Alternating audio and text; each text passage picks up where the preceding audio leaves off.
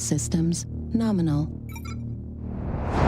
Ladies and gentlemen, welcome to the show. Today we are talking to Hammerhead Actual over at Blind Alien Productions. He is one of three. He is the CEO of Blind Alien Productions.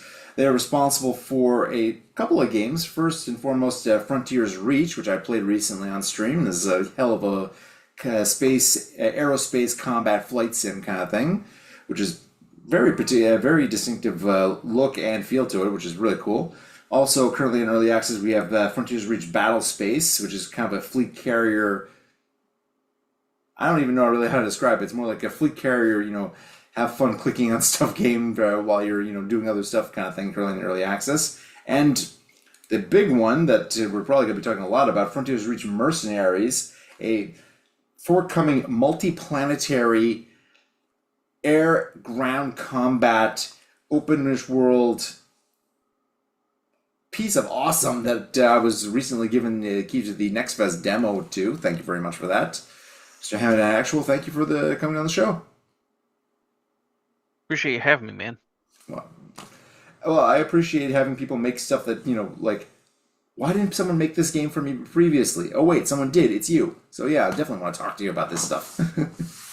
And also, thanks for coming out, well, not only coming on the stream, but actually bug fixing live during the stream. That was something impressive right there. Yeah, I actually, there was another bug that cropped up that I saw while you were playing, and then there was some other things that I always, some people, it's really hard to watch them play the game. But every once in a while, I get an opportunity to watch somebody who's playing one of my games, and I get to, like, sit there and take notes. I'm like, okay, I need to fix this, I need to fix this, I need to better explain that.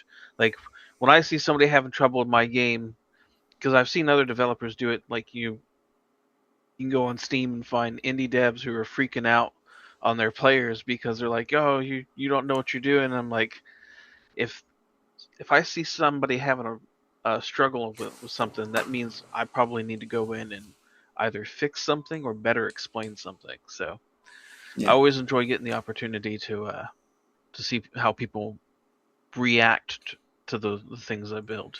Well, yeah, well, that's a great approach to it, although sometimes players are just idiots, let's face facts. I mean, it does happen.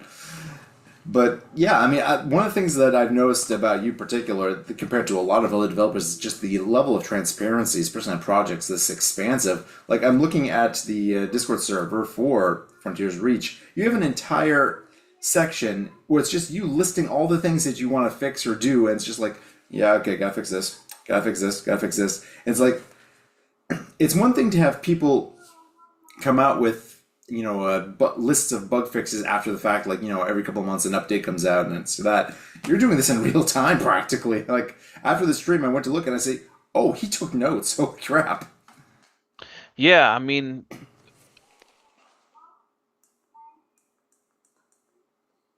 I'm on the high end of 30 at this point in my life. So, and I'm not the only person out here who's at this point, but um I started playing games back in late 90s, early 2000s. Mm-hmm. When I say playing games, I mean like moving beyond just sort of piddling around with the Atari 7800. Those games were notoriously awful, um, notoriously difficult, and unless you were obsessive about the challenge that they presented, you probably were never gonna beat most of them. Yeah. So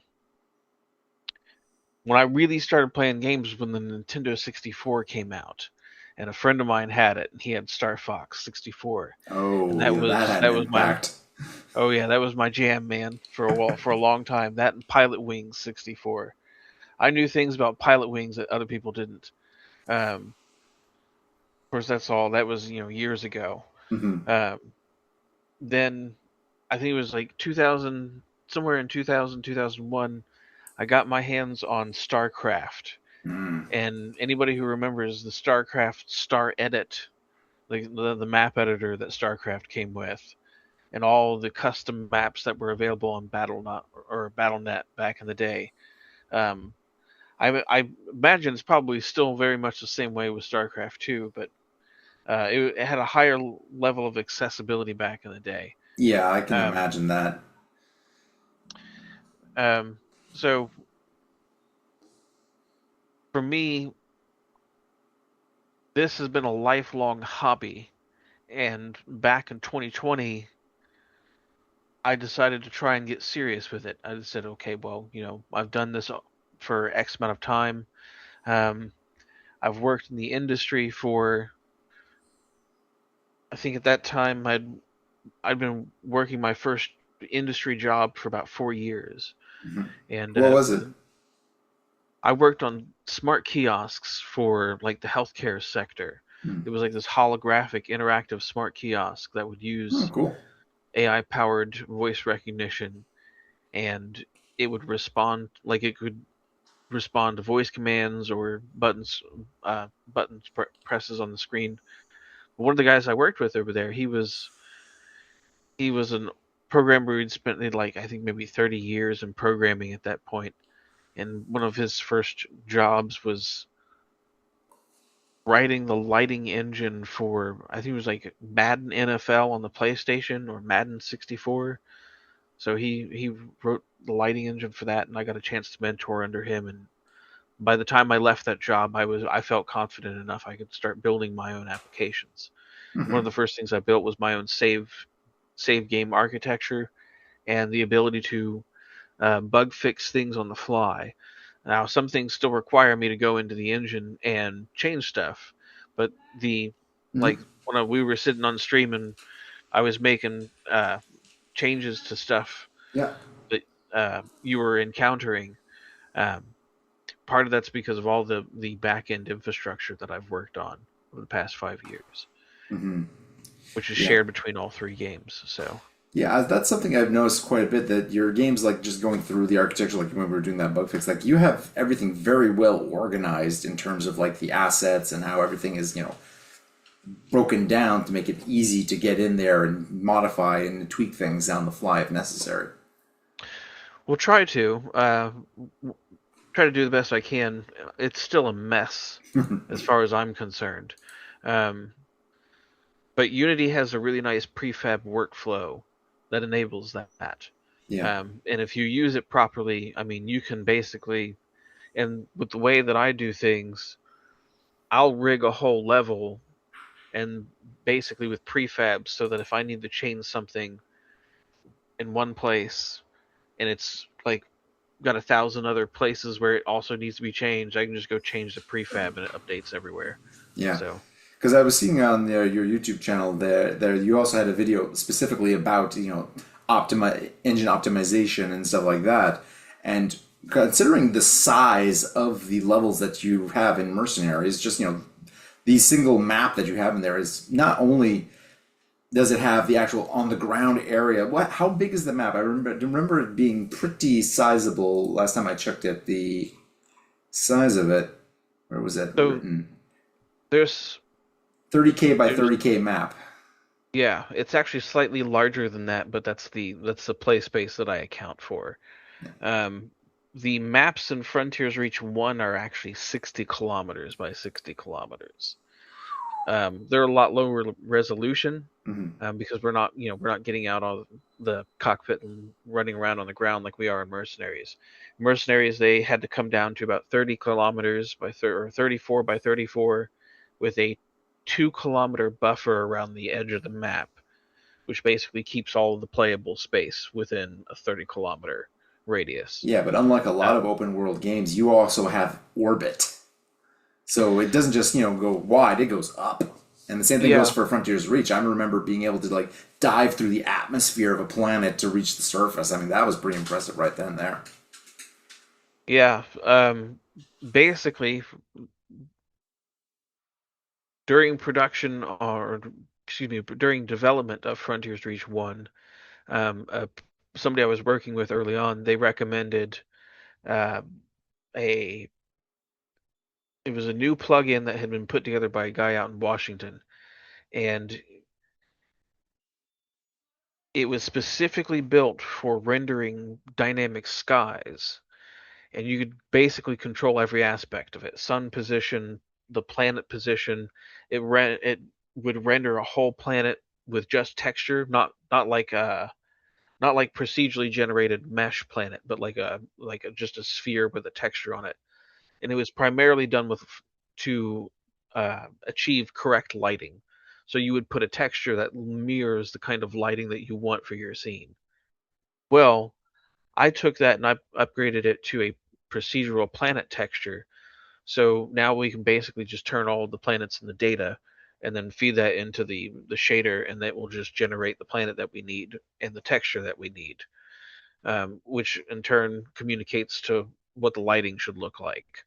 So now we have full control over the skybox and can basically teleport wherever we want to go.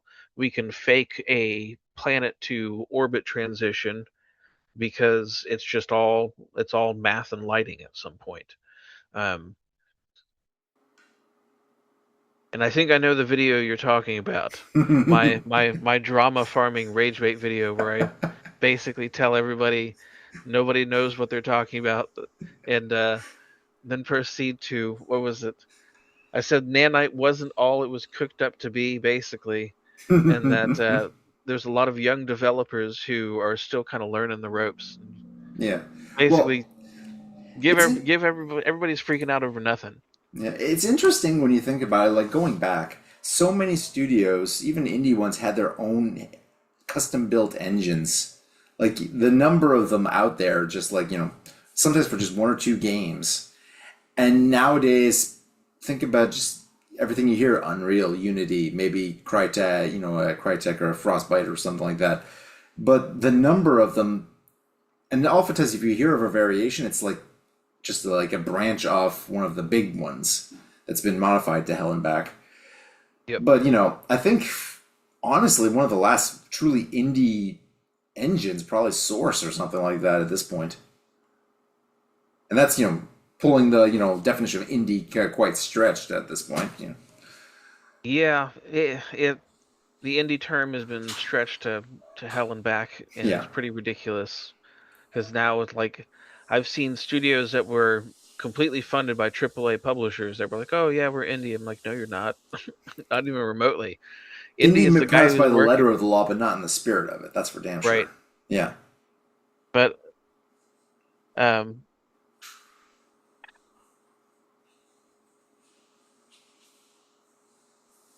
this is something I had thought about early on, building my own engine, because there are indie game or indie devs who have done that, especially with like small pixel games or side scrollers. Hmm. Because compared to a large 3D engine that's built to render an entire universe, it's a very different ball game. Yeah.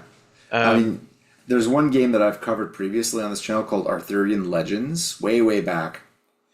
It was like I didn't cover the engine. I shilled for that game because it's like one of those games I was really impressed with. It's basically like first person shooter, kind of heavy melee focus, Arthurian. It's like imagine if like Duke Nukem or Shadow Warrior took place in medieval times and was just like completely badass. But that game is made with an engine that's apparently, from what I understand, designed for side scrollers, and it's a full 3D, you know, old school, first person game. And I'm just like, holy shit, man! You better. And this was a one man studio practically, so that's just already that. When we're talking indies, the level of ingenuity that can sometimes be shown. It's one of those genius through restriction kind of things, I guess. Sometimes it falls flat on its face, but sometimes it creates real gems.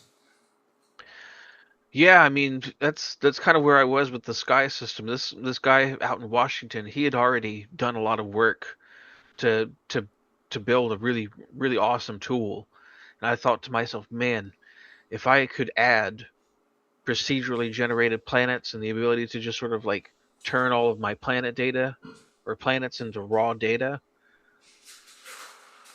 this really awesome tool could be everything I need it to be to start doing some of the crazy stuff I need to do to make Frontiers Reach possible. I knew I didn't want to do the full procedurally generated planet stuff. Yeah. I think that's basically been done to death at this point. And by that, what I mean is we've you may hear sirens in the background. I have to keep a window open. Where I live, the insulation in the apartments is so good that uh, even when it's like freaking 20 degrees outside, it's like 80 degrees inside the apartment. I live So in Quebec City, Canada. Trust me, when it comes to insulation, we know your pain. We know exactly how important good insulation is. I recently moved further north than I've ever been before. I'm not gonna disclose my location, but I've never lived in a place where ice forms on the inside of the window. Oh, Um, you sweet summer child. so You, this, you're still a southerner as far as I'm concerned. oh yeah, Then again, there's people in um, Alaska who look at me and like, you amateur. right, Let us know what you think of permafrost when you finally get some. right. Whole ground's frozen 6 feet down. Yeah, fun Um, times. Well, you got a couple of plants like that, that's for sure. Some of which you can yep. actually start from. I mean, the fact of the matter is, not only are you making like action games, which would be pretty cool in and of itself. These things are RPGs in more than one ways than one. Even the Frontiers reach the actual flight sim. You have character creation, choosing where your character's from, and everything like that, which does show up in the dialogue at the very least there, and actually does have in-game effects in Mercenaries. Well, I mean, you look at some of the older games way back in the day, which clearly there's an inspiration here from old PC games. If you boot up Frontiers Reach One, you're going to see that in the UI almost immediately. Um, so one of the things that I wanted to do is I wanted to at least okay, well if we're gonna excuse me if we're going to have the player put a name in here and name the file, let's at least use the name everywhere we possibly can. So when I wrote the dialogue system, I made sure to include a setup that would allow characters in dialogue to reference the player's name directly, to include their place of like birth and all that stuff, Mhm. where they were raised, and it's something I'm going to try and expand upon in Frontiers Reach Mercenaries, and not just have it set up where it's um not not just showing up in the text dialogue, but Mhm. also has an actual impact in what you do. Um, for instance, I could see a future like assuming that we actually get to the point where because I'm basically retired now, and Yeah, I you could were a combat infantry veteran. yeah. Yeah. Yeah, I did 6 years in the military. Got out, got my degree, got my medical retirement sorted out. Basically, my degree is in animation game design, so I basically went to school for this. Um, but yeah, if because I'm going to be working on this basically for the next few years, and if I get to realize it the way that I want to, we'll have 12 or more planetary locations, each one represented by a 30 km by 30 km map, and there may be an option to start a new character, and you would basically choose which planet you want to start on, Man, that'd be something. Like, right? yeah, And and given how moddable the game is in, many ways in terms of like, being able to create mission structures and stuff like that, I mean, eventually you could have a player base with, custom campaigns starting from, custom locations like that. I've already put my, YouTube logo as the logo of the company in the run of Frontiers with Mercenaries I'm doing right now. So there's yep, already that. Yeah, just drop the PNG into the file and boom, there you go. yep, Yeah. that's definitely that's something I want to keep doing, like retain moving forward is player customization. I'm I I'm not sure. I mean, I see dinos and dragons back there. I imagine you've played Ark Survival Evolved. I Um, have. I like the look of the game. I like the idea, but the whole, grinding for materials, grind so much to build a house, a little, shack right. somewhere on the beach is like, okay, now what? I'll grind some more to make something else. Okay, now what? Uh, right? Go over there. Okay. Okay, you're dead. Somebody shot you. Oh, what the hell, man? Well, it's interesting that you say that because one of the things, like I love Ark. I must have put in. I shamefully admit I put in 1,500 hours into Ark. Ark Survival Evolved. That was back in like 2016 and 2019, somewhere in there. But Ark had a bunch of really cool things that it did, but like you pointed out, it's really grindy. Yeah, that's always the That's problem with these survival games. Yep, and that's something I was thinking. I really want to get away from. I don't want the player to be chopping down trees for 30 minutes, right? I don't want the player to be sitting in the cockpit traveling from one location to the next for 30 minutes doing absolutely nothing. Like, in my opinion, if you're minimizing the game to go doom scroll through X or YouTube or something like that, um, well, I'm not doing my job to keep you engaged. Hmm. So I'm looking at it from the perspective of how do I achieve that space mercenary feel without the grind that feels like a day job and with a and without all the travel times that you see in like Elite Dangerous. Hmm. Yeah, So that's always going to be something a bit of a difficulty. I mean, something like Conan Exiles got over that particular difficulty by having you being able to run around naked with giant tits.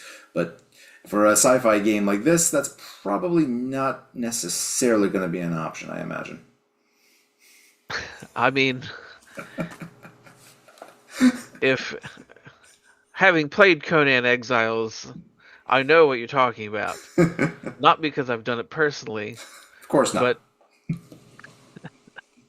but because I know what the character creator in there is capable of. Oh yeah. Oh Um, god. Jesus Christ, the dong slider alone. Jesus. the one that always got me was a friend of mine who always made himself an African American midget. Um, Let me guess. Tripod. um, no, it was something that he did every time we played a game with a character customizer. He did it in Ark as well, but and he's like the 6 foot tall white guy too, which is what kills me about it. Well, But he's just trying to find the character most different from himself to really immerse himself in the world. I'm not judging. Anyways, um, so for me, like Frontiers Reach, when I look at like the world that I'm building, I'm kind of thinking along the lines of, I like the things that Ark does, but I don't like the grind.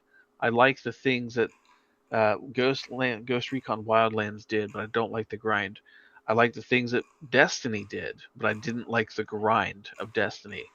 I loved the story. I loved this sort of like ancient alien horror Hmm. that they were playing with some of the factions. Um, I loved the third person like combat that was in Mass Effect, but I just wish that they had like one of the things that I was disappointed by how Mass Effect Andromeda was handled. But You are the quite a few people. but there were things that it did that I enjoyed. Hmm. Like I enjoyed that they had large open world maps, and I wish that they had done leaned leaned into those a bit more. I like the idea. Like I'm totally cool with having a single map to explore that represents an entire planet as long as there's things to do there. And that was one of the things that always kind of killed me with like the old school Mass Effect games. I'm like, you guys already have this really nice transition worked out where you kind of, you're doing your orbit to planet thing or whatever, and we're gonna get something like that for Frontiers Reach Mercenaries soon. I've got Nice. uh, I've got it worked out so that we can basically animate the entire planet to right underneath the ship, and then we load the level. Ooh. So you'll have your warp animation between planets, and then you'll have a sort of orbital insertion animation. And once you reach the end of that orbital insertion animation, that's where you'll get the planetary or the actual like level spawns in. Nice. So like your carrier jumps into the to orbit. You get into your fighter jet, your aerospace fighter, land, go off the carrier, land on the planet, and just go on from there. Yep. And it might come down. I'm I like the idea of having like a pocket of space that you can fly up into, Hmm. but at the same time, it does present some challenges. Um, for instance, it's not immediately visible on the map currently, like if you open up the mini map, but there is a space station on the current in the current demo. Um, there is a transport that goes between the space station and the surface. Hmm. Excuse me. You have to make friends with the local religious fanatics to get there, um, but you can go into space and see a space station or an old derelict space station that has been taken over by a group of raider religious fanatics. Um, some of the challenges involved with that, though, are like getting it to play well with the faction system. Um, Yeah, I which won't is a say whole it's other can of worms because you create something pretty impressive there too. yeah, that's a whole other conversation. We could probably go on for a whole other stream about just the faction warfare alone. Yeah. But um, yeah, space stations are it's a feature that's I would say is tentative right now. If I was working with only a space level, that would be fine.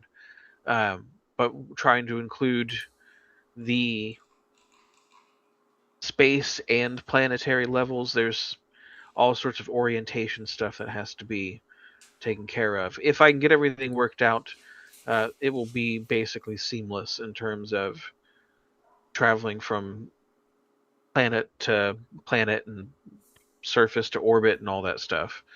Uh, there there will definitely be load sequences, but it will be as seamless as possible. Yeah, well, one of the good things about, space travel and stuff like that is that you can get away with some load sequences, just, warp drives or whatever the hell you're using. You're just not, Yep, engage the, super duper fast drive. Okay, all right, we're there. Was that a load screen? Yeah, I can't tell. We went by too fast. Yeah, just ludicrous speed, go. exactly. There you go. Perfect way to just as long so long as you got the game installed on a SSD, you're probably good to go in that regard. I'm assuming because yeah, right now I've got the demo installed on one of those instead of a hard drive. I haven't tried seeing how well the game loads on that one. I don't necessarily want to try because these days, this is always something that's interesting about game development, how it interacts with hardware development as well. Like just different kind just the amount of hardware that comes as default nowadays on modern computers versus what was 5 years ago at the very least. It probably has a major impact on game development. Yeah, I know one of the things, just like from a performance perspective, I know one of the things that develop or publishers rather, because it isn't always developers that make the decisions. Sometimes it's the publisher that makes the decision, and the developer, they kind of have to, you know, fall in line. But I know one of the things that, uh, so in game development, you have what they call the post-production phase. You see that in film and television as well, but uh, in the post-production phase of game development, what you typically would see is an optimization step that involves going through the level and or going through each of the game's levels and going through what they call a baking process where you like merge artwork and merge different texture materials and all this other stuff, and you by doing that you make it possible that so lower end machines, because usually your production machine is like a $10,000 rig, Yeah. um, you you basically consolidate a lot of data, reduce memory footprint, reduce how much a game is like making calls to the system to do things. Um, and what this typically involves is the lengthy process of going through each of the levels and basically baking out um, different parts and pieces of levels based upon where you think the player is going to be in those levels. Um, this involves a whole bunch of different things, so it's not just textures, materials. Some of this stuff is also executed when you initialize loading the level on your machine.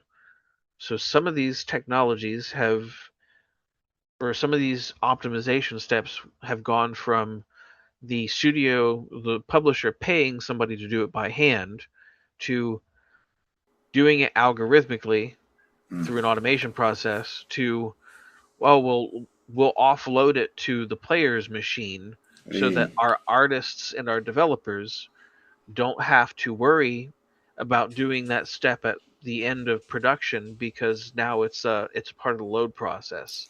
Which probably explains why games have gone from 10 to 100 gigabytes sometimes in the last couple of years. What's exactly what it is. Yeah. Yeah, I'm as somebody who played going back to Ark Survival Evolved. If you have that game and all of its DLC installed, it's 500 gigabytes almost. Yeah, Ouch. for one game. Yeah. I don't think I. No, okay, I do have, yeah, hard drives that can hold that, but I kind of don't want to load that much of one for just for one game. That's like that is literally insane, frankly. That had better, if you're gonna have something that massive in terms of your install file, it better that game better suck my dick, frankly, while I'm playing it. Yeah, I mean, you go look at No Man's Sky. I think they're still less than 25 gigabytes, and they're building a whole freaking universe with procedural generation. Yeah, I mean, say what you will about No Man's Sky, they definitely know how to optimize their game properly. Yeah. Yeah. And in terms of like we mentioned No Man's Sky, and I see a certain kind of like feel, like similar inspirations, I guess. What would you say is like the main inspirations for Frontiers Reach, this universe that you have two other guys working on the team with you, as I understand it. So the way we have Blind Alien Productions set up is everybody kind of runs their own project, and they come, we'll help each other out here and there depending on what it is that's being asked of us. Hmm. But generally speaking, everybody runs their own projects. So I'm running the Frontiers Reach projects because they're mine. Yeah. Um, I have a couple of people who work with me through contracts, basically on demand. Hmm. Um, kind of. I have to coordinate times and everything, so it's like because they have day jobs. It's not like I can just, hey, I need you to work today. I'm not a full time employer like that. They work under contract, so when the need arises, we start coordinating, and then like I've got voice actors who are already submitting auditions, and the final decision for that won't be until July 1st. So it's a long time to wait, but that means giving all the voice actors time to come in and do their thing because not everybody has not everybody who is a voice actor sits around and does voice acting every day all day. Yeah. Um, some of them, they have day jobs, and assuming that that they remember to even do what they need to do, they're going to do it at the end of the day when they get to it. Um, so on top of having voice actors and a voice director and composers I work with, I'm always hesitant when I say solo dev because it's like how much of the game are you actually building yourself, right? Yeah. Point. But when you're talking about development, I mean, development is really just the practice of problem solving through computer code, the means by which to achieve an end state. So, like, a perfect example would be like finding a way to make a character jump, right? That's development. Once you have the mechanics defined, then you can start like putting things together and say, okay, well maybe this character's over here and these enemies spawn over here. That's more game design. So development is more the problem solving part, and development is the actual like, or excuse me, design is the actual like laying out levels and deciding, balancing stats and all that stuff. So I get to say I'm a solo developer because I do solve a lot of my own problems. But I'm not the only person working on this, and I do use some plugins. So, Hmm. But as you say, Frontiers Reach is very much your baby. So oh yeah, how did this universe come to be, so to speak? How did you get started creating this whole thing? oh boy. That's a big one, isn't it? Let's see, do you remember a game called Starforge? New. Sorry. It's all good. It's probably for the best. Um, Oh, that bad, huh? Way back in the day, before Steam Early Access, we used to have Steam Greenlight. I remember it. Well, there was a game on Steam Greenlight that was gained a lot of popularity because it was called Starforge, which sounds really cool. It was a strategy And game. it was not. It was a Okay, so this. first-person game, Okay, so it's not this one then. and it was what I would.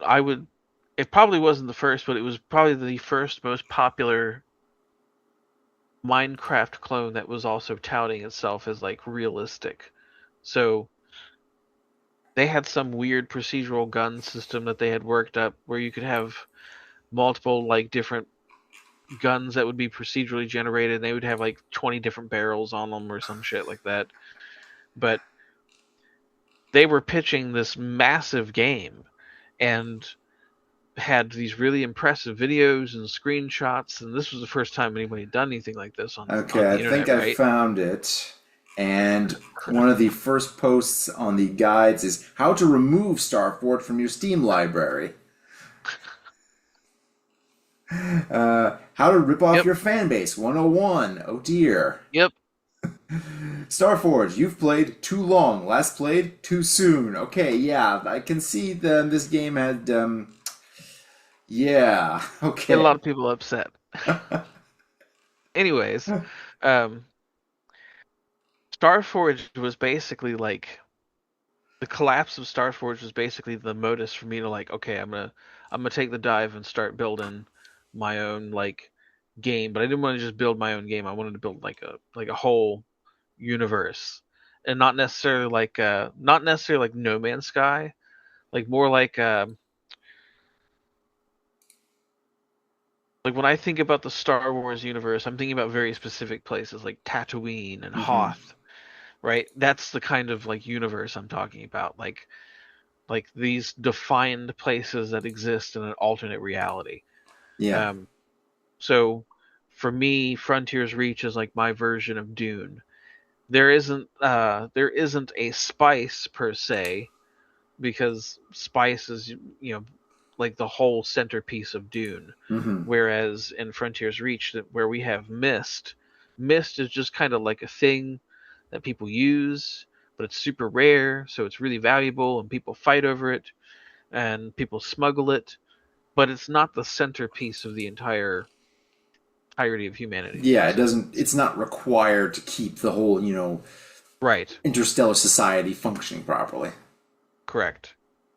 So there's a lot of inspiration from places like Dune and Star Wars and Destiny and Mass Effect. So I take a lot of inspiration from multiple different directions, but I would, for the actual artwork itself, a lot of that comes from just Cold War era technology and art and design. Hmm. So Frontiers Reach 1, you can literally skim through the fighters and see real world fighter jets from like the 50s, 60s, and 70s reflected in almost every design.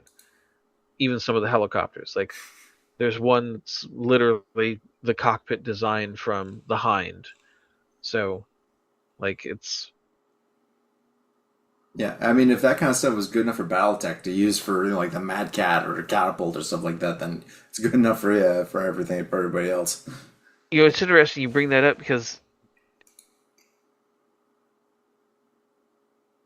Mech Warrior was my first introduction to this type of like science fiction. Hmm. Like everybody knows Star Wars.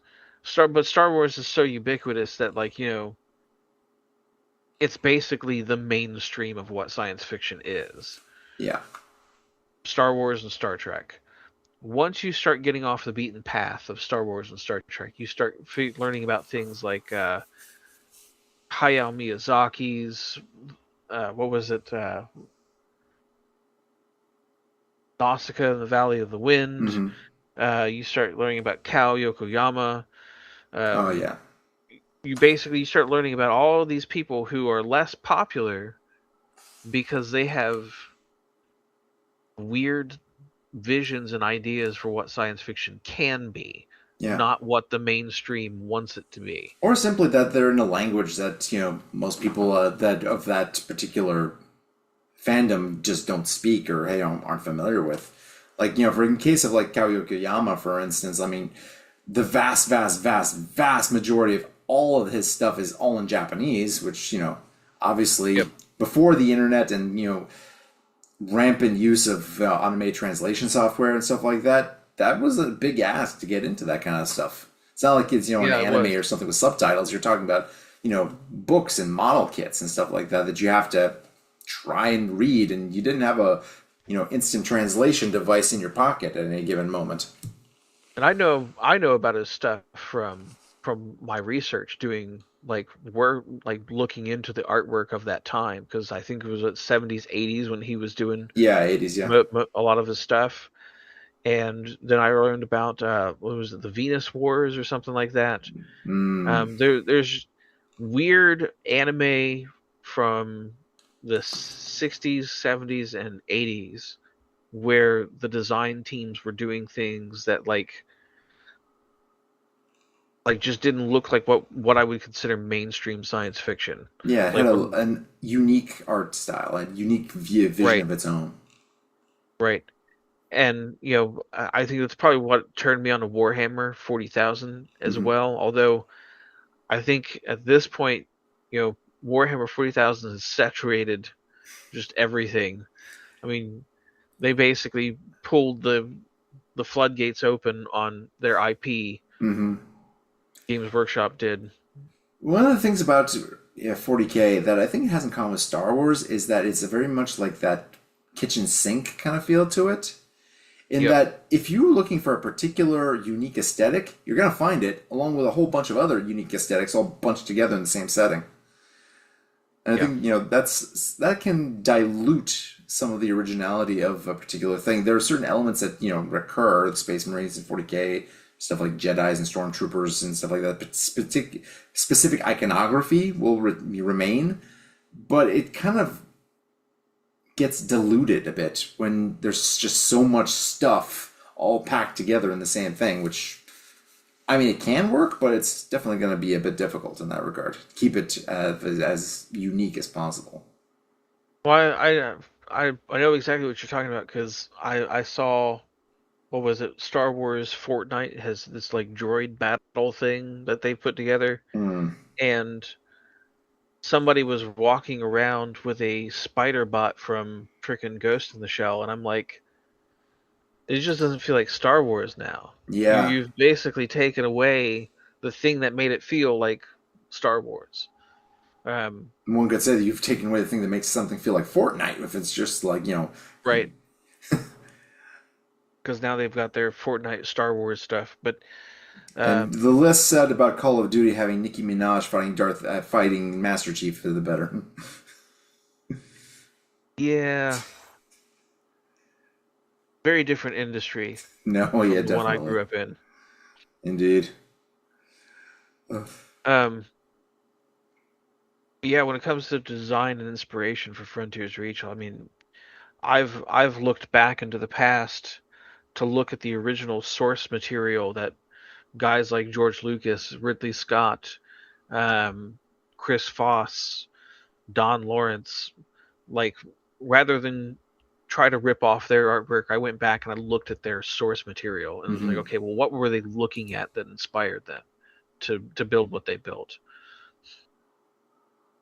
Yeah, because ultimately you don't want to, if people keep xeroxing the xeroxes of other people's artwork, eventually like just like in the real life, there's a loss of fidelity and stuff like that. It's like when you have video games based on other video games, like you had, like, for instance, just going back to, like, for instance, anime and stuff like that. A lot of the people who made some of those original ones with, like, for instance, Venus Wars and stuff like that, the original Gundams, the original mech animes and stuff like that, these people were mechanical designers first and foremost, and then Yeah, they got involved in anime. Versus someone who's just like, I just want to make anime and I'm gonna base it on the anime, or people who make video games based on other video games. There's that self cannibalization at a certain point there where things just become gruel. That's just too much. All these things are just mechanics divorced from anything, anything grounded. It's like, okay, this is a video game, which means it has to have these elements into it. Why? Because these other games had those elements in them. Why? Because those games had those elements in them. Why? Well, we actually had some thought and we want to replicate this particular scenario in real life. And that's where the original, thing comes from. Like, for instance, in your case, now speaking of going back to the past, most video game developers making games which involve combat haven't seen combat themselves. You have. That's got to have had some impact on how you approach things. yeah. I think the some of the original Call of Duty developers, some of those guys had like, I think the guys who worked on Call of Duty Modern Warfare 4, I think some of them had been in the military. But you don't see a whole lot of military veterans getting into the realm of science fiction game development. Mm-hmm. That's for sure. And one of the things that I miss about the 90s and especially the 2000s was uh, the wealth of military science fiction or military themed science fiction that we Mm-hmm. had. Uh, you had Babylon 8 or Babylon 5, which was more about the political sort of apparatus behind the military, Mm-hmm. and you would have the occasional battle scene and all that stuff. They still have what is considered one of the most well written tactical scenarios where like it's literally just commanders discussing their plans and executing them and all this other stuff. And then on top of that, you had what was it, Space Above and Beyond, Mm-hmm. and then there was, of course, Battlestar Galactica remake, which I think was what 2004, 2005 when that Yeah, released. roughly. Now that one definitely, that one, say what one will about the direction it took, it definitely had the right vibe to it. That's for sure. Yes. And then, of course, we had Halo Mm-hmm. back around the same time, which was military sci-fi video game. Yeah, and very much So, inspired by that. It's kind of like those original kind of feel of that 70s, 60s and 70s Heinlein yep. era kind of military sci-fi. So when I was looking at this, I'm like, man, I want military sci-fi back. Like, but I want to go back to like the roots of like the space program, which was, you know, the original space program was a military program. They Yeah. eventually switched it over to being a civilian program, but we legitimately almost had, and even after they went civilian, there was still military involvement, Mm-hmm. and we legitimately almost had freaking space fighter jets, like jets that could have gone on excuse me, could have achieved suborbital trajectories with RCS thrusters allowing them to maneuver once they were in zero or in vacuum. Which is something I Um, love about the Frontier's Reach. The fact that you can just, like, even in Atmo, just do these kinds of insane stunts that would probably drive all the blood in the pilot straight into his toes. But whatever the hell kind of concoction or, combination of grab seats and, drug induced state of complete badassery that these guys have it using, somehow you stay conscious without doing a triple backflip while you're doing that, right. which is fun as hell. I don't know how well that would work in real life, but it's fun as hell. That's something that I kind of wish I wish more people like. It's one of those things like when people first get into Frontiers Reach, they have they can struggle getting into it and really trying to understand what the game sort of expects you to do. Hmm.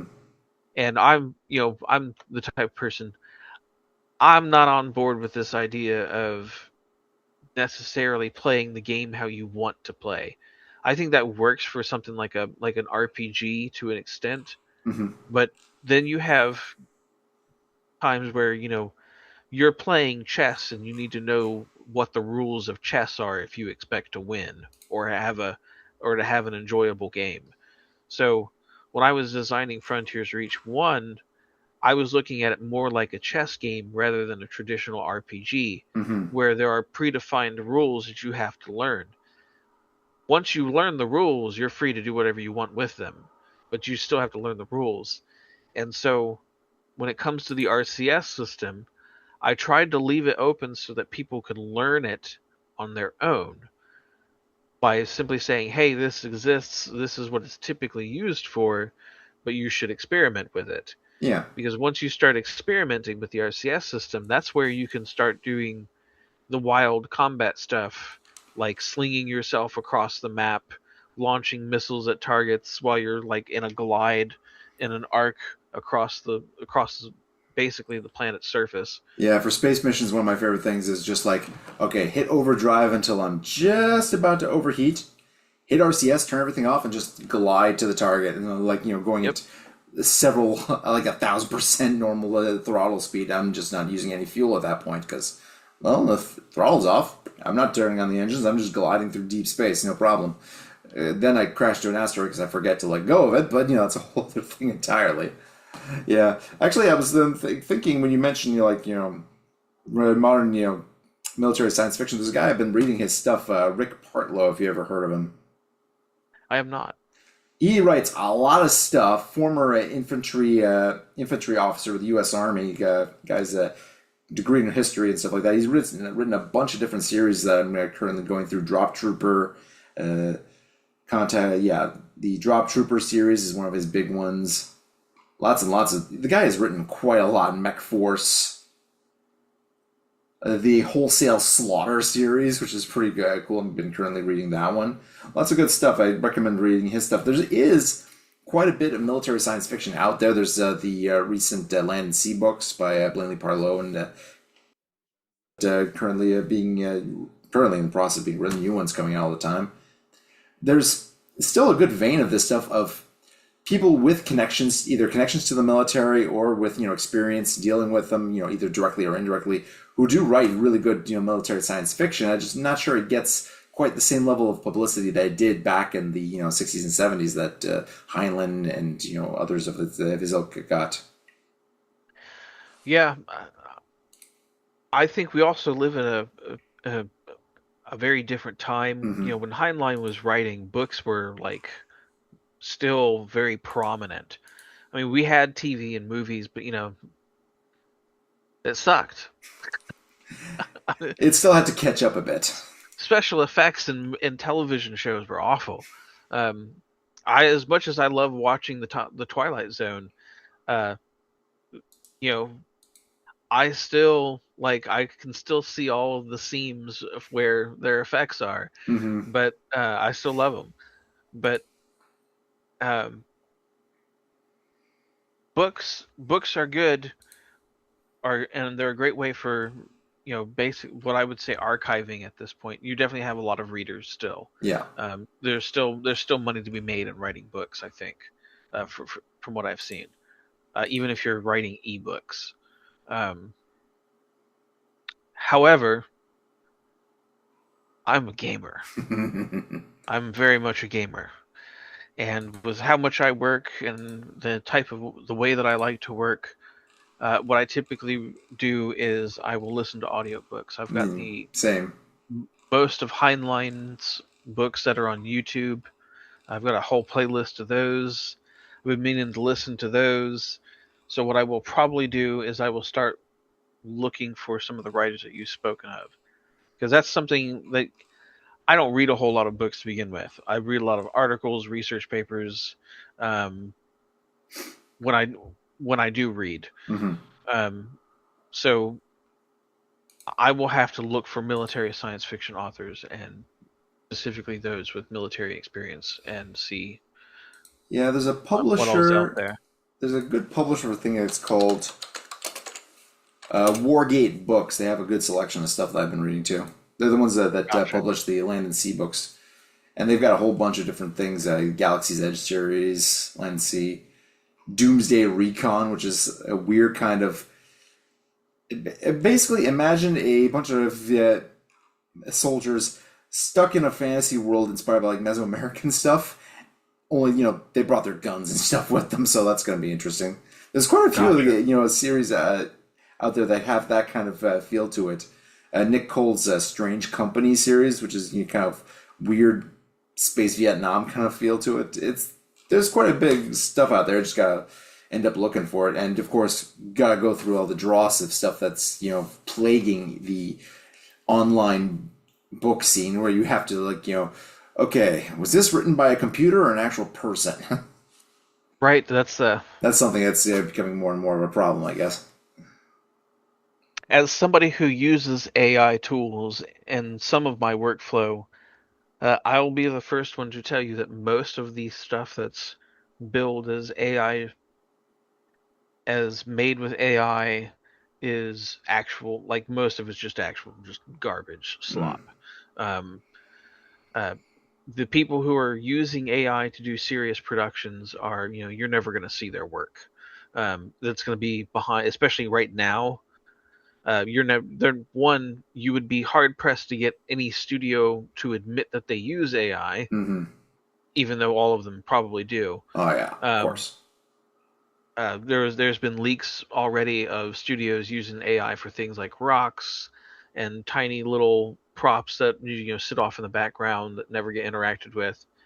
Um, so on the one hand, you'd be hard pressed to get anyone to admit that they're using AI right now, and even when they do, um, you typical NDA for any productions, and then you're never going to see that stuff until after the fact, anyways. And that's assuming that they decide to let anybody drop their stuff on portfolio websites like ArtStation in the first place. Yeah, exactly. So, Which is another so kind of ethical can of worms, because obviously, if it's your portfolio, how much did you actually alter the thing that you asked the computer, the AI, to make for you, in order for it to justify it being your thing?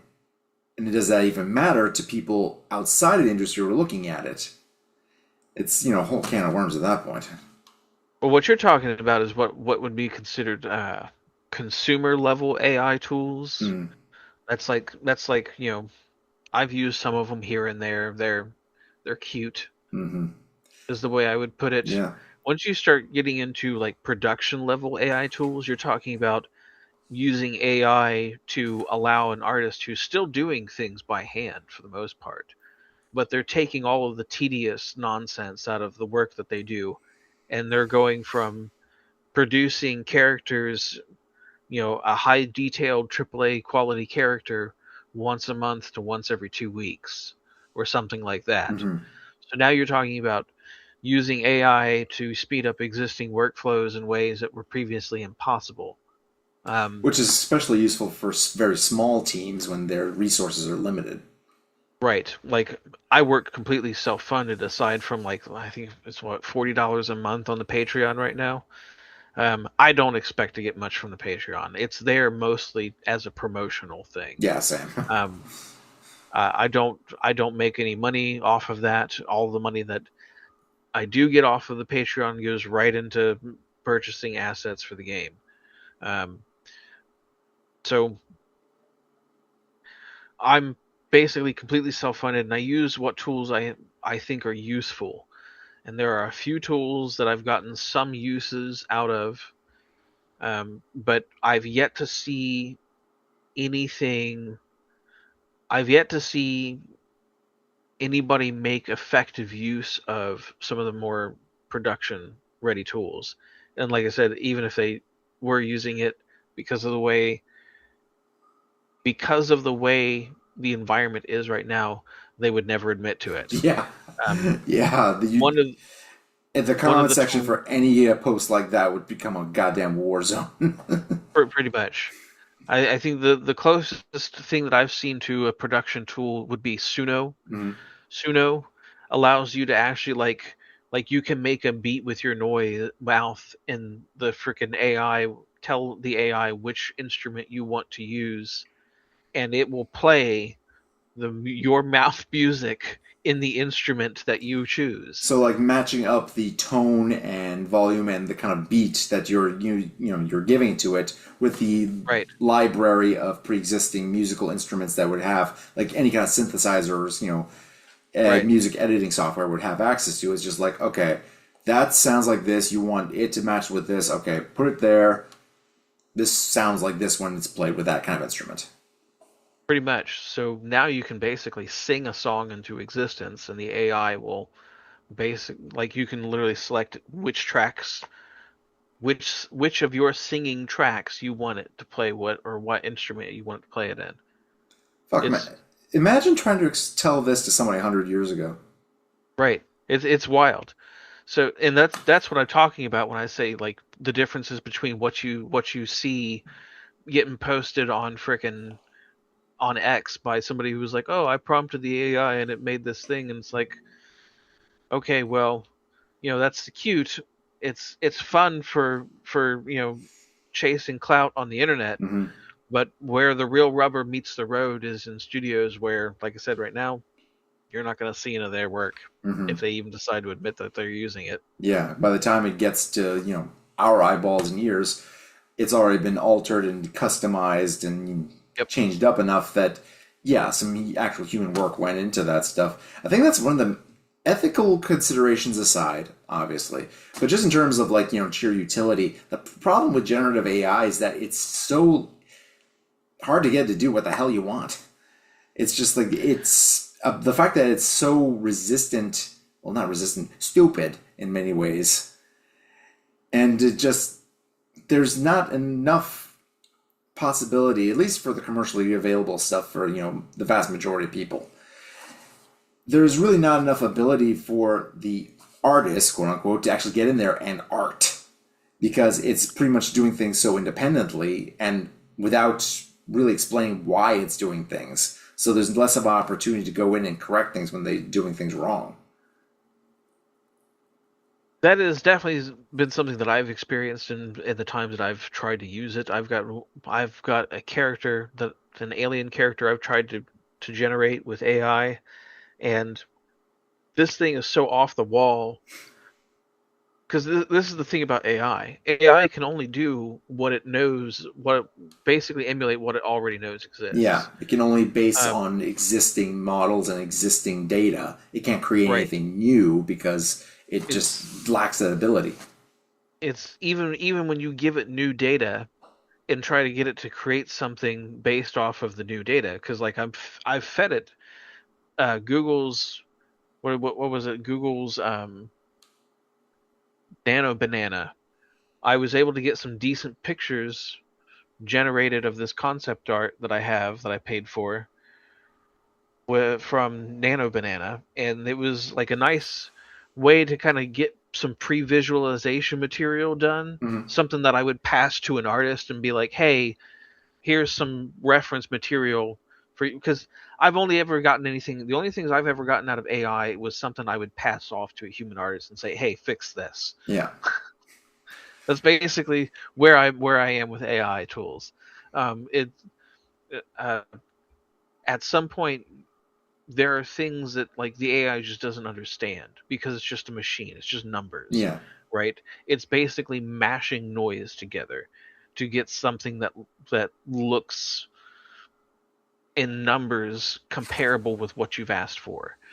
Um, so when it comes to like uh like this alien character that I was mentioning, like there's nothing comparable in existence to this thing already. hmm, So it keeps trying to like do the best it can, but because there's only the like three images that I have to give it for what this thing is, it doesn't have a large enough reference pool to actually make something useful. yeah. So, and I've seen. some of the AI they've got like, oh well, you can cut up the models and do all this other stuff. Well, that's nice, but I need a finished product, man. Yeah, well, for that, basically, you gotta find a person to do it. I guess Yeah, chalk one up for human creativity. The machines haven't quite figured that out yet, so go us. I mean, even with the old school like automation processes that we were using, we were making some pretty good progress on various fronts. Like Mixamo is still around. You can still rig characters with Mixamo, but even Mixamo, which isn't AI powered, which might end up being AI powered, depending on who's steering the ship over there at Adobe. Hmm. Um, Even with the all the work that they did, it still screws up. So I've got characters that I have to go and freaking either find someone to rig it or rig it myself. Which I've got my notes from college, and there's a floating seat for the Maya license for the team. So I'm probably just like rig it in Maya and call it done. Yeah, there you go. But definitely, it's one of those things where it's probably not quite where it needs to be in that regard. And considering current developments, chances are some aspects of this whole industry are going to fall apart flat on their face because just the sheer I amount of mean, people. Hmm? I was to say in this industry, even if you make money, you still get closed down. Yeah, exactly. You either get bought out or don't make enough money. Yeah. That's always the thing about the tech industry, but the whole .com bubble that happened back in the day, and that screwed things up for a whole bunch of things, but it did leave infrastructure in existence that allowed for the development of the current internet and various other technologies. So I guess that's the best we can hope for that. That when the generative AI bubble bursts, which seeing how certain companies are either downgrading their services or going out of business entirely, then yeah, that does seem to be something on the clock. But who knows? We might end up with some tools that could be useful without actually supplanting human capability in that regard. I mean, from my understanding, from what little I know about economics and just history, recent history, like every time one of these bubble bursts, you that's usually where the fakers and the actual like the real makers are divided. Hmm. Anybody who was basically full of it, you know, when it comes to like the whole Bernie Madoff thing, the only reason anybody knew he was full of it was because a bunch of people their called in their Investments.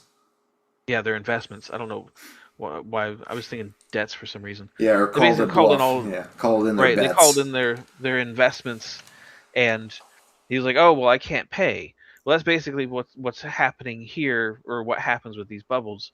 You basically have all of these different companies that they've for some by some way they've managed to survive and continue to get investor money, but because they'll never be profitable because they don't provide any real value. Yeah, they don't actually make anything. They just promise you stuff and make money in the process. Right. Yeah.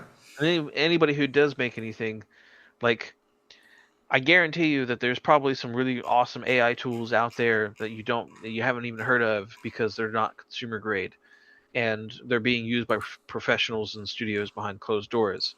And so what's then what will end up happening with those is they'll get bought out by some existing company like Adobe or Autodesk Hmm. or Steam might buy them out. Valve at this point might buy them out, given how like diverse Valve has tried to basically build out their portfolio the past 5 years.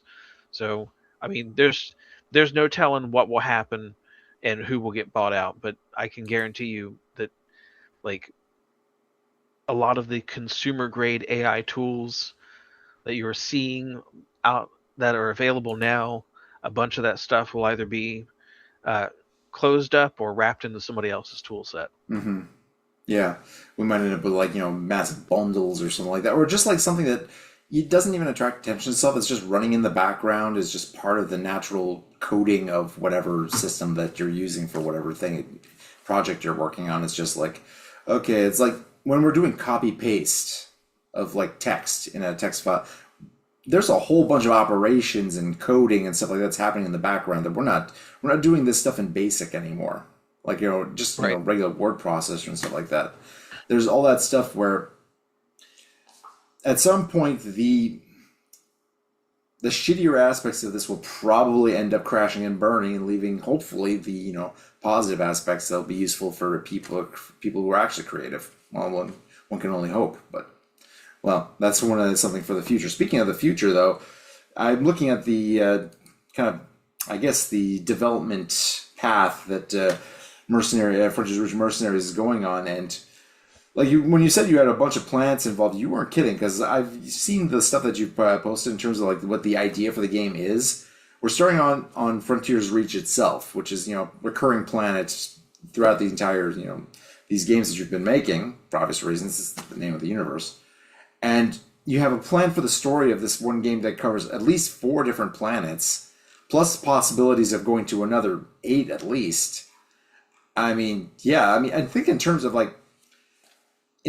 projects like this, in terms of the scope, the only other one that I've seen under recent development is the one that's called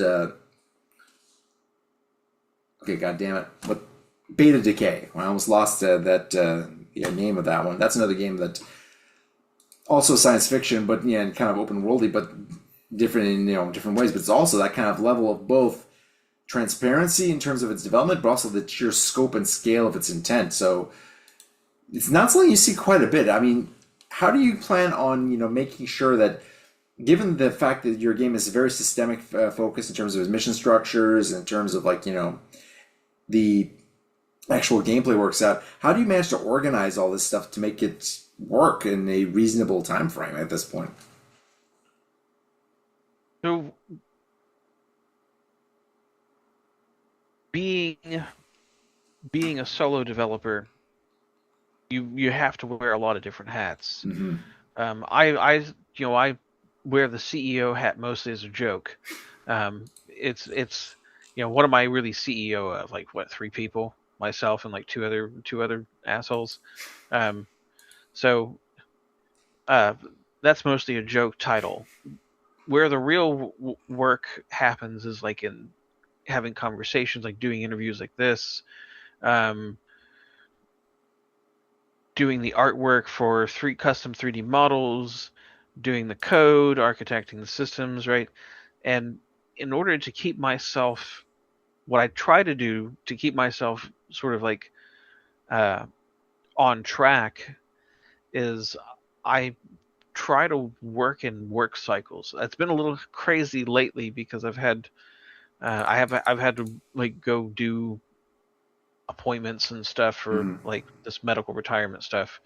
But basically, um, what I typically try to do is it would be 2 weeks working on Frontiers Reach Mercenaries and then 2 weeks working on Frontiers Reach Battlespace. In the past few months, I've been 3 weeks working on Mercenaries and 1 week working on Battlespace, mostly just to get ready for Next Fest. When I'm working on these projects, what I typically do is I'll sit down and I will try to organize mostly in my head because I'm the only one working on a lot of this stuff. If I have to organize something for somebody else, I'll use something like Miro board or uh, I use Discord a lot to communicate with people. Mm-hmm. And I will typically allow other people to self manage and tell them, look, all I care about is the end product. As long as I get the end product I'm looking for, I'm not going to micromanage you. I don't want to micromanage Mm-hmm. anybody. So when I have to lean on somebody else, it's usually I usually try to lean on somebody who can self manage. But when I'm working on one of the like hundreds of different things that I have to get done, what I will typically do is I will look at, because I'm planning it out in my head and I'm kind of looking at, well, what is the most deficient area right now, and cross reference that with, well, what are the players complaining about right Mm-hmm. now? Um, and usually that's sometimes that lines up and they're both like the same thing, and the like I noticed when you were playing that uh, you were struggling to identify where the driver's seat was on the transport. So I was like, okay, it's probably time to go put those icons on the indicators It now. does help. I'll tell you that. I had them. I was just hadn't put them on yet because nobody had been complaining about it. And then I saw you struggling with it, and I was like, it's time to go do that now. Um, so there's some things like because the one area that I've been super focused past few months is getting the background simulation working, hmm which that's a whole other conversation. Yeah, well, that's going to be But really important because that's pretty much what generates most of the gameplay, is due to the yeah, way the mission structure and the yep. faction reputation and stuff like that works. And without that, it's literally just another like somebody. I've got one person in the Discord who's been asking about polishing up the shooter mechanics and when I'm going to get to that. And it's just like, well, if I get to it now, it might be okay, right? Um, but highly polished shooter mechanics at this point just makes us another shooter. hmm Without the immersive, reactive, dynamic open world that's basically a simulated conflict zone, we're just another shooter. Yeah, but you add that in, and all of a sudden, that's something else entirely. Right. Now just another shooter uh goes from being just another shooter to, okay, well, we know this convoy always comes along this route at this time. We're going to set up an ambush over here. And when the trucks come down this valley, we're going to initiate the ambush. And that's going to cause a real disruption in that faction's resource chain, which means when our allies go to invade, they're not going to have the resources to put up a defensive screen of fighters. Yeah, So that's where the background simulation comes into play. which will now Or comes into influence the effect. kinds of tactics and strategies that faction is going to be using the new level of resource they currently have available, and will affect how the other ones will react. Is like, oh, their resources just went down. They're ripe for the picking. Okay, send your raid over to this distant outpost of theirs because now they don't have the means of getting to it. They sent a radio signal out, which takes obviously some time to get around, and then all of a sudden they're now sending in whatever reinforcements they can, including maybe you if you hire on with them, or if you maybe just join in for whatever reason. Now, of course, you gain reputation with them. They're now happier to see you, so now they're giving you other opportunities. And yeah, the faction logic for artificially intelligent leaders, the flail system. Yep. I Yeah. might I might I might uh I might change the name up, the acronym up a little bit. Like I might change it to like faction leaders AI artificially and artificial intelligence logic or something like that. But yeah, So long as it stays flail, because that's badass. the flail system, I was calling it something else. I think it was you who recommended flail. Yeah, you were calling it But FLAI, and it's just like, dude, just one more letter. Just one more, and it's perfect. but the flail system is something I've been thinking about for like the past 5 years. hmm And if you go back and you look at Frontiers Reach One, you can kind of see some of the foundational mechanics. For instance, the war map is two bots rolling dice over what nodes they want to fight over, hmm and that goes into scenarios that the player can play because as the war progresses, different missions become available. Well, the same scenario tools that were used in Frontiers Reach 1 have been moved over to Frontiers Reach Mercenaries. So the same infrastructure, it's been retooled a little bit to work differently, but it's still the same infrastructure. And uh, the flail system was the scenario tools and the script that runs them was specifically designed to take advantage of where AI is now.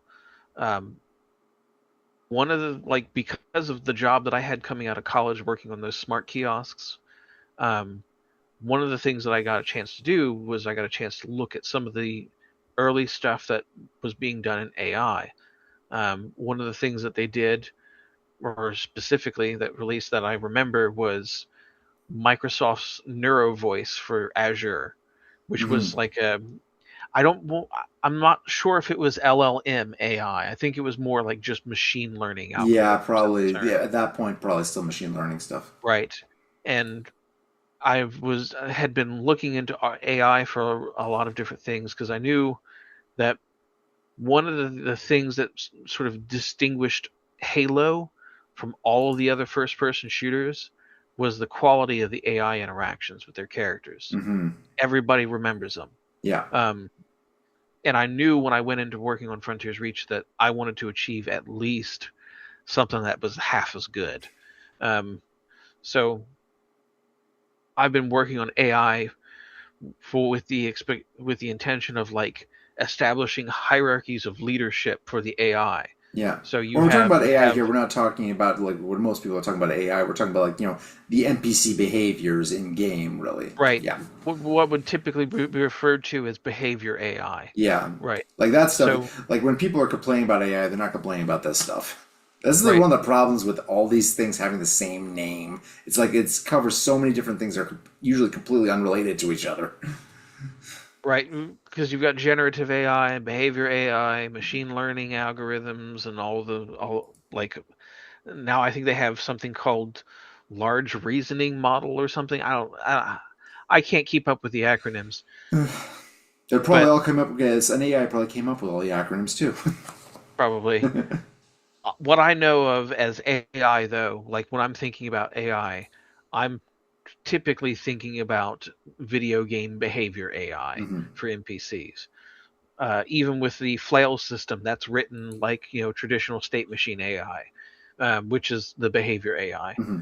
It's just a more technical term. State machine is like how it's done. Yeah. Um, so um, I've been looking at ways of building AI that does things that aren't typically done in games, like the flail system, which is the idea that there's a AI that represents a faction leader, kind of like a 4X game, Hmm. but rather than building it to play a 4X game, it's built as a background simulation for the player to interact with as a single player, not as a leader of a large faction, but as a humble mercenary making their way through the galaxy. Yeah. I mean that whole concept is pretty much what got my attention in the first place because I'm a big Mountain Blade fan. Or there's another game that I also like quite a bit that hard as balls that I haven't had time to really get good at, but Kenshi, if you ever heard of that one. That one's I've it's heard of Vinci. very different kind of vibe to it, but also kind of odd, very interesting art stuff for that sci-fi thing. But that kind of idea where you have all these independent factions, independent actors operating on each other in real time within that particular game space, and you are there as either at some level of it. Like you could start it with nothing and move up into a higher echelon where you do have control over either not necessarily a faction, but at least your own group of people, doing stuff, NPCs doing stuff that you can then order around and do things, or just say, okay, you take care of this, bye, I'm gonna go do something else, and just have like, okay, now you have the in-game NPCs handling the day-to-day operations for this thing while you're off doing actual story missions and stuff like that, but Well, I with mean, guns, which is awesome. Spaceships and blowing shit up. when you think about it, it's really just the classic RPG formula. Like you go Hmm. back to early Bethesda, like what was it, Daggerfall? Hmm. I think I haven't played Daggerfall, but I've played Morrowind, Oblivion, Skyrim, and what I know of Daggerfall, I think it was Daggerfall that was the first one that introduced factions. Like in an open world setting. I think maybe not the first game to it, but it was definitely notable for having a lot of them, and also a map the Okay. size of Great Britain. Right. So I know it wasn't. I don't think it was the first one to introduce factions, but this idea of being a hero who has agency, but who still has to cooperate on some level with an entity that they have no direct control over. Hmm. That's a classic RPG concept. Yeah, And all I've really done is say, "Hey, let's do this but with guns yeah, and spaceships and aliens and and military stuff mhm. and aliens and uh mega structures and stuff like that." Yeah, including the whole frickin' plan, as it turns out. I mean, that's a whole. I remember, I was playing, when I was playing the Frontiers Reach at the Flight Sim, and I'm just like, ooh, this looks really cool. And then I started looking to the background of this whole universe, and I'm like, holy shit, this is gonna get pretty epic pretty goddamn quick. Because it turns out that Frontiers Reach isn't a moon; it's a frickin' mausoleum for a race of alien warlords that are currently in stasis and are waking up. This is not good. The totally not clone troopers versus the totally not Necrons. I mean, you just that pretty much describes someone's favorite game right then and there. When I was overseas in the Middle East, I was deeply inspired by this notion of like a civilization that had existed before. Hmm. And over there's varying levels of civilization that have existed over thousands Oh of yeah, years. And some of it is just above the surface, just barely visible, and some of it's standing wide out and open, and some of it's, destroyed and been abandoned, and some of it looks pristine and perfect, as if somebody's carefully kept it up over the years. Like I think in Iran, there's like a tree that's 4,000 years old or something like that. I'm reminded of a Um, bit in Xenophon, the 10,000, where they're coming. They're his Greek mercenary Greek army is traveling, and they come across these ruins, and the people living there have no idea who built them. We're talking yep, ancient history, and ancient history has its own ancient history that has already been forgotten to the sands of time, and people are just living there thinking this was built by giants when really it was probably the Akkadians or the Sumerians or something like that, long, long before them. yep, and that's kind of where I got the inspiration for Frontiers Reach. Of course, being a fan of Warhammer, there's the immediate Necrons association, but at the same time, I was looking at things like the Terracotta Army from China, Hmm. which was basically this idea that these Chinese soldiers and their emperor had encased their souls into a clay statue that would carry them into the afterlife. And I got to thinking to myself, well, what if human beings step foot on a planet and they find indications of a civilization that came before, only it's not really a civilization, it's a military outpost, but it's also like a burial chamber, and it's just one of like 100. It's just a part of the empire. It's not even their greatest accomplishment. It's just a part of it. And this is just like humanity running into these guys for the first time and having to like rally the entire species to take down just one of these freaking moons. Um, and that's kind of like, but because I don't want to end it on like, because you've seen I've got like 8 other planets that we Hmm. could potentially go explore. So Yeah, like, where do you go after you beat the big bad guys, right? What do you do after that? Well, what if that first encounter was just beginning, right?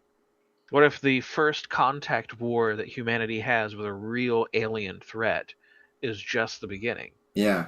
Because What if the original Frontiers Reach, that is the actual war of humans against humans.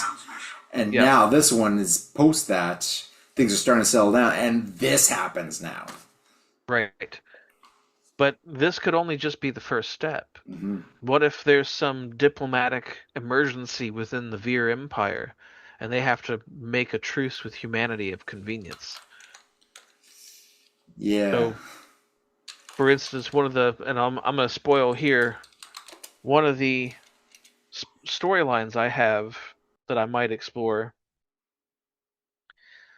because I'm basically functioning as a writer at this point. I basically treat games like writing a book. Um, but one of the storylines that I have in my mind is the idea that after the first contact war with the Veer, the human Veer contact war, um, the Veer send an emissary and say that there's been a great upset with the things that have happened on Frontier's Reach, and that uh, a rogue a rogue noble has gone to wake his grandfather from his mausoleum, Uh oh. and his grandfather was known as a tyrant.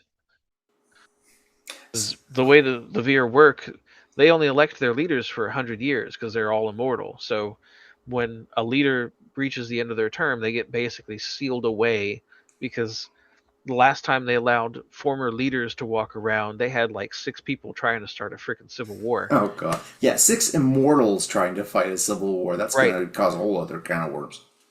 So they just got into the habit of like sealing these guys away with like 100 million of their dudes and being Oh like, yeah, we'll call you when we need you. yeah. You forgot this guy's number, right? Yep. Just forgot it. Well, Okay. this also comes with family drama attached Oh because there are god. oligarchs within the Veer Empire. So this idea that I have is like one where the Veer Empire falls into disarray because humans basically fought off one of their frickin' moons, and they're like, okay, so we have a young species here that's coming onto the galactic stage for the first time, and they just whooped our butts. Like, the thing that we typically send to end an entire species has basically been left null and void by a group of scoundrels at the edge of the frickin' human civilization. And so they're looking at this situation, they're saying, okay, well, clearly whoever's in charge isn't strong enough to deal with this, so we're going to go wake the tyrant from 300 years ago and get him to do it. Oh And so the Veer come to humans and they're like, look, they're going to try and wake this guy from like 300 years ago. He's a freaking absolute tyrant. Nobody wants this guy to come back for any reason at all. yeah. You took care of So one one mausoleum planet. You want to make it a twofer? that's exactly it, basically it. So Oh god.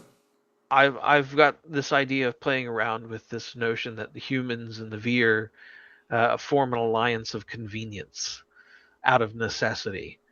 Yeah, Um, which could end up degenerating into a Veer civil war, depending on how big the different factions there are. yep. Oh man. So where do you go after a big giant war? An even bigger war, I mean, it's worked for us so far. mostly. Yeah, mostly. We're currently Mostly. in a bit of a lull between the last one and the next one, but we'll get there eventually. Don't worry. We learn to have sustained global conflict Mm. rather than world wars. We just have sustained global conflict now. Yeah, it's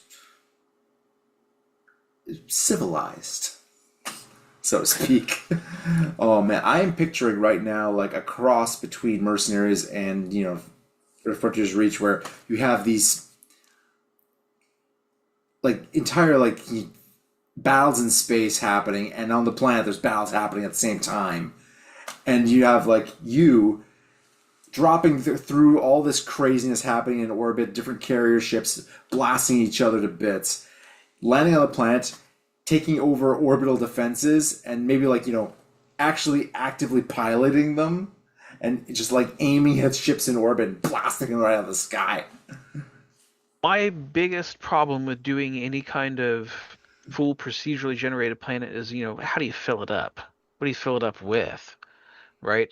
Um, but I would love to go back to using like larger scale maps for things Hmm. because there's just something about large scale maps that's hard to beat when Yeah. it comes to a flight game, Yeah. Well. especially as like a space flight game.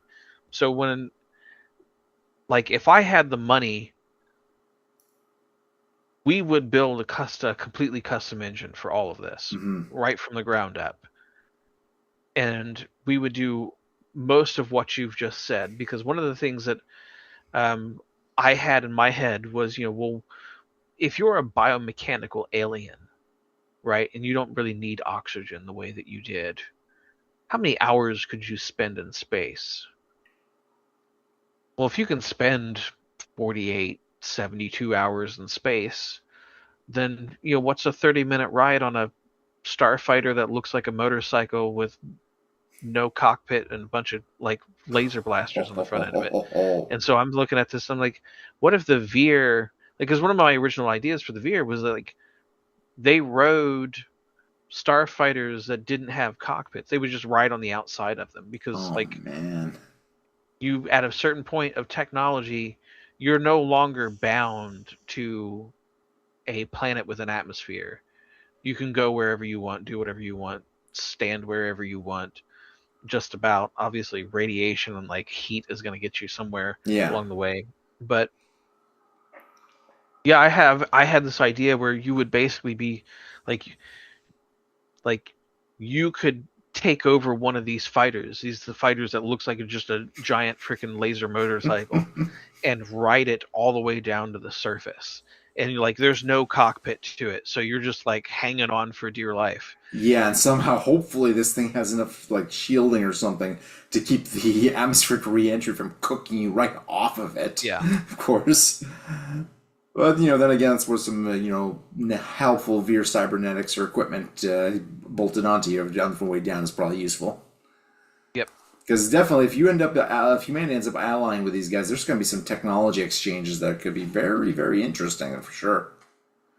Well, that's one of the things that I have in mind is like in Mercenaries, where I'm already kind of playing around with this idea of recalling, which is this idea that rather than respawning you from death, um, you have an implant that keeps track of your vitals, and rather than like, oh, well, we cloned you and you have a new clone. No, this thing tells a remote system when you're about to die, and that remote system reaches out, snatches you from the quantum through the quantum realm, and violently teleports you back somewhere safe. So you in the lore, you get teleported from where you were just about to die to a tube somewhere in a facility still just about to die. Oh So no. like you would like get teleported into this metal tube and you're all like like, like about to die and Yeah. keel over. You're just like, It's like okay, they have well that emergency person, medical just on call, just ready to go as soon as somebody pops out of the tube. right? And then in my head I'm thinking, like, what if I was like walking down the street and I'm walking past one of these recall centers and like some dude like just teleports and he's like missing an arm and he's like falling over all over himself. I'm Just like, what do a you pile of what would molten, you say to just that? a pile of hamburger falls out of it, and a pair of boots. So there's a little bit of a darker underbelly that I'm kind of playing with, but the idea behind recall is like rather, Oh man. but I bring up the recall because like the recall is a teleportation technology. Well, the Veer have a teleportation technology and they have immortality. They have the the technological immortality to basically sustain their physical forms. They have the ability to teleport their consciousness around to various places. So they look at this technology, this teleportation technology that human beings have as a, oh, well, they're on their way towards achieving technological immortality. This is a, excuse me, this is a species that we can deal with Hmm. because they have some understanding of what it is like to have achieved immortality in some way. In fact, it's not explicitly stated in the lore, but one of the reasons why the Republic succeeded or outlasted the Soul Confederacy was because the Republic developed the recall technology So when a at the towards pilot the gets blown up, in right. space, they just pop back, can be slotted back into a new plane sent out with all their memories intact and all that Yep. pilot experience. Yep. Yeah. They're basically reaching down into the quantum realm to basically to teleport that person by. I'm going to screw up quantum physics here, but to my understanding, they're supposed to be able to flip a particle and swap places or something like that. I don't know how it works. I just know it's like space magic. Yeah. I'm assuming that probably. Man, I'm trying to imagine what that must feel like having that happen to you when you're just like someone stabs you and it's just like, oh my god, what the hell was that? I just saw infinity for a second there. Oh man, that's gonna give me a headache. Oh shit, I'm still stabbed. Fuck. Yep. Oh man. Oh yeah, and you can imagine also that also if you're looking at that, it's like, oh, these people are becoming like us. Kill them all. Kill them all. We do not need more people like us out here. We are like us. Nobody else can be like us. Well, under normal circumstances, that would probably be the reaction. Yeah. With the planned events of the Frontier War, or excuse me, with the planned events of the Human Veer Contact War, they have to. The Veer basically says, okay, well, typically we would destroy a species like this, but they've already achieved it on some level, and then on top of that, they just destroy. They basically just kicked our asses on the surface of one of our basically battle station moons. Yeah. Although in that case, it's probably more the equivalent like, hey, they just destroyed some of our stuff here. What the hell? Considering that, it's just one battle moon versus the entire empire, but still, they gotta have a bunch of them that are very impressed or somewhat worried. Those things are expensive to make. They take about 100 years to make. So Yeah, definitely. Yeah, definitely something worth taking into consideration next time we deal with these weird kind of, horny gun monkeys. watch out for the hairless monkeys. Get you every time. Well, yeah, definitely. This is a project that I think is well worth keeping an eye on. So, how can people keep track of Frontier's reach in all its many forms? Uh, the YouTube is very, I upload to YouTube sometimes. It's not something I take seriously. I use it mostly to archive footage. So, but you can follow it on YouTube and basically get all the archive footage that I put up there. And then on top of that, X is not a very good place to follow me because I don't post there very often.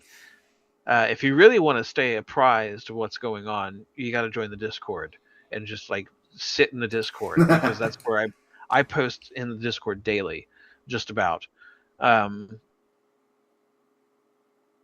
but then on top of that, I've got the Patreon. Now, if you really want to back the game, the way I look at backing the game is, you know, that's got to be something that you do because you want to do it. Hmm. You're given money because you want to support the studio and what we're doing, and not just me, but also the other people eventually. Once their projects are in a place where I think that they're suitable, right now nobody's got anything. Nobody but me has anything beyond the conceptualization Hmm. stage. I'm the only person in the team who has playable products. I've offered to help the other guys um, with stuff to get them sped up a little, moving along, but they're still kind of lagging behind. But the Patreon is for people to like show support if they want to. I don't post there as much as I probably should. I'm horrible with social media. Hmm. That's why I'm like, if you really want to follow what's going on with the game, join the Discord because I post there almost daily. Well, the links for Uh, all that stuff's going to be in the description of the video, so people will be able to jump in and follow along and see exactly how much thought and work you've already put into this. Because just looking at the posts that you've been putting there, the descriptions of all the, like you go into detail about the different systems, like story structure, the faction reputation ladder I'm looking at right now, which shows exactly how everything goes together and filters Man, down. I've been burned so many times by indie devs, and one of the things I said to myself when I started this is like, I'm not going to be one of those indie devs who burns people. Like, we're going to have a level of transparency here, so people, like, if they want to go fact check what I'm saying as like, oh, well, is that industry standard or is it not? Oh, well, it was industry standard 5 years ago. That's why this old fucker is talking about it. Um, Basically, I try to maintain a level of transparency because I am one of those gamers who has been screwed over by early access games, who has been screwed over by Kickstarter campaigns, who has been screwed over by ex Blizzard devs, um, which I'm not sure if you how much time you spend on the internet right now. It's Probably too become a much. little it's become a little bit of a joke when somebody says, "Oh, well, I'm an ex Blizzard dev." Oh, well, That's a great I'm sign, I, isn't I'm gonna start pitching myself as not an ex Blizzard dev. it? Um, but yeah, no, I'm one of those gamers who's been screwed over by game developers and publishers before, and so I try to maintain a high level of transparency. But like I said, you got to be on Discord to see it. Well, there we go. Everybody join up on the Discord. Go check out his Patreon and follow along on the development for Frontiers Ridge Mercenaries and Frontiers Ridge Battlespace 2, which is currently in early access. You're still working on that. And pick up Frontiers Ridge. It's a really good space combat sim. It's honestly pretty good. It compares favorably, I think, having played it with other games of its type out there. So yeah, I definitely recommend checking out the games. So, Mr. Hammerhead Actual of Blind Alien Productions, thank you for joining us. And to everybody out there watching, keep your eyes on the skies. Appreciate you having me. My pleasure.